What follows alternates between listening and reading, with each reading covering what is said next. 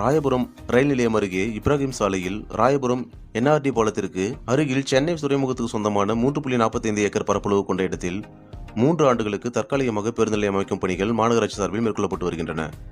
அந்த இடத்துக்கு ஆண்டுக்கு ரூபாய் 3.86 கோடி வாடகையாக சென்னை துறைமுகம் நிர்ணயித்துள்ளது.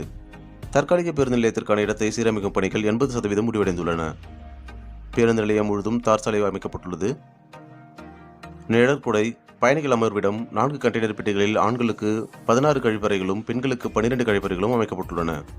டிக்கெட் கவுண்டர்கள், பாலூட்டும் அறை, முதலுதவி அறை, ஓட்டுநர்கள், நடத்துனர்கள் ஓய்வறை, உணவு அருந்தும் அறை உள்ளிட்டவை 4 கண்டெய்னர் பெட்டிகளில் அமைக்கப்பட்டுள்ளன.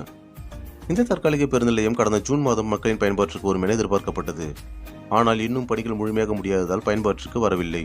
இதனிடையே இந்த பேருந்து நிலையம் முறையான பராமரிப்பு இல்லாமல் உள்ளது. பட்டப்பகலிலேயே மது வெறியர்கள் மது அருந்தும் கூடாரமாக மாறியுள்ளது. இந்த பேருந்து நிலையத்தில் அமர்ந்து மது அருந்தும் மர்ம நபர்கள்